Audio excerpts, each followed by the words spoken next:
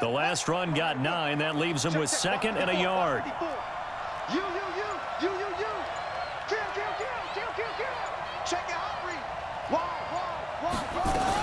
They'll keep it on the ground. Boykin.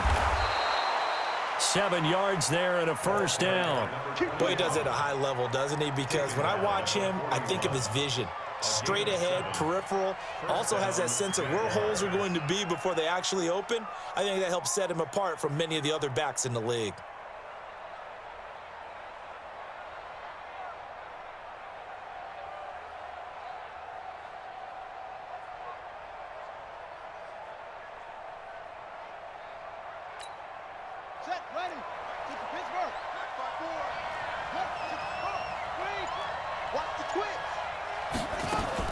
On first down, Boykin.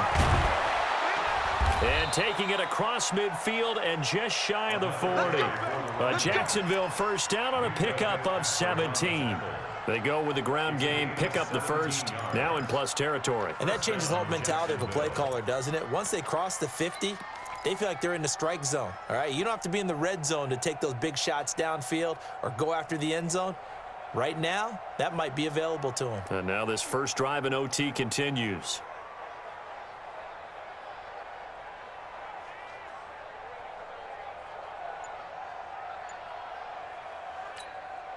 Operating out of Steeler territory now. Here's 1st and 10 at the 41. Henderson now on 1st and 10. This will be stopped about 2 yards shy of the marker. 8-yard gain, 2nd and 2. Okay, he didn't break that one all the way, but you got to know that he feels like he's right on the verge, and that's probably exactly what he's telling them in the huddle right now.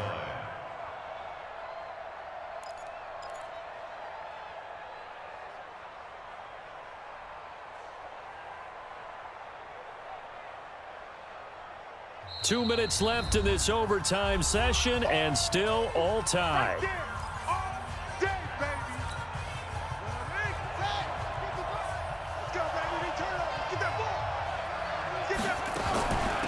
They'll run it now out of the gun. And he'll be brought down at the 27-yard line.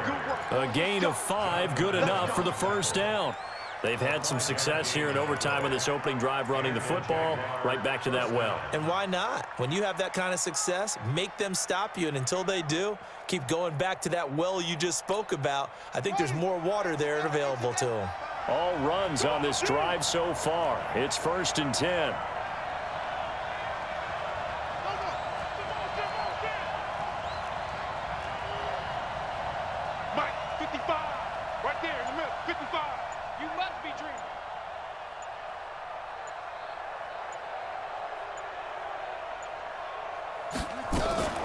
They'll keep it on the ground. Boykin. They give him 4 yards there. It'll be 2nd and 6. Now a second timeout called for by the defense. They'll be down to just 1 remaining as we step aside here in overtime. The run got 4. Now they deal with a 2nd and 6.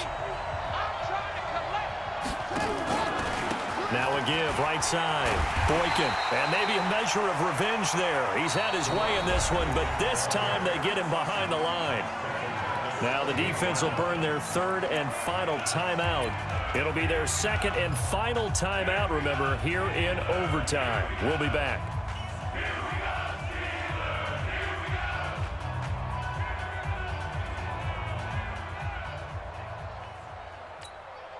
Seventh play of this drive coming up, but a long way to go on 3rd down. On 3rd down, here's Henderson. And he's not going to sniff the first down here. He stopped at the 25. 4 yards on the pickup there, but it's going to take him to 4th down. And I know you, with every carry, especially in overtime, you're just saying, if you're that ball carrier, hold on to the football. Hold on to it, protect it, but not necessarily settling, because you're trying to get to the end zone. You're trying to end the game right here. And I know the defensive guys poking, clawing, raking, trying to knock the ball free and protect their end zone. Yeah, like you alluded to, especially this part of the field.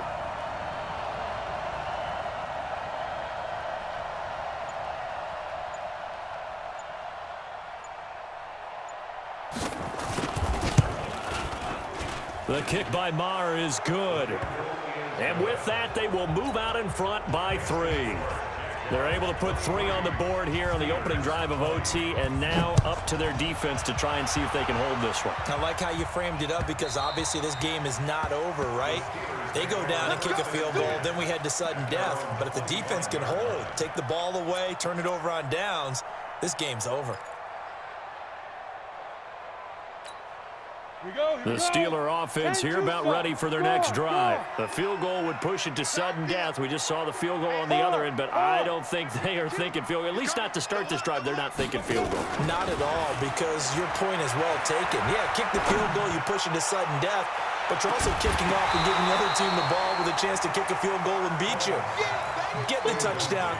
Finish the game off. That has to be the mindset. Meanwhile, they take a shot to start the drive, but this is going to wind up incomplete. An incomplete pass leads to 2nd and 10 from the 25.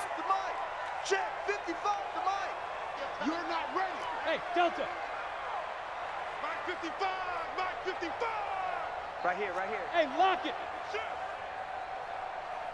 Snap. Off the play fake.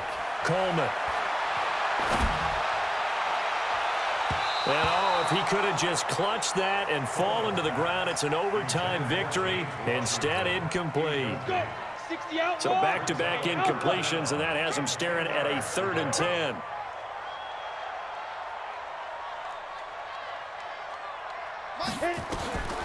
Back to throw. Coleman. Nowhere to escape, and he goes down. And we're going to get whistles and a timeout with 3 seconds left in the extra session.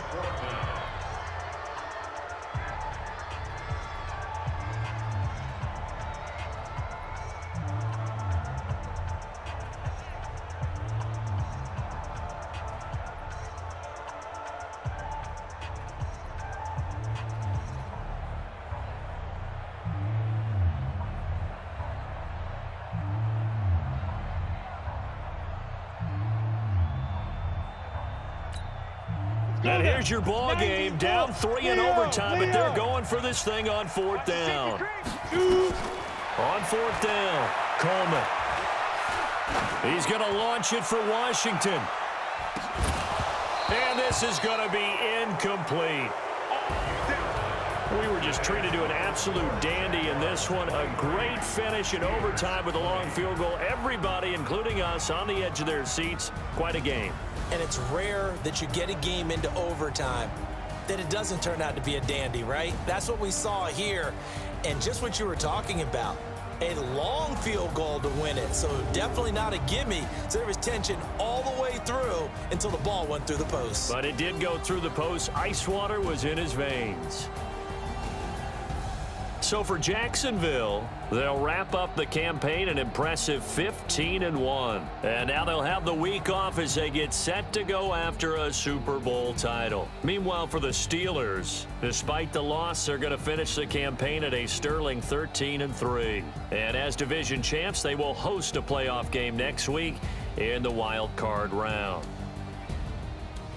And for Charles Davis and our entire crew, I'm Brandon Gaudin. You've been watching the NFL on EA Sports.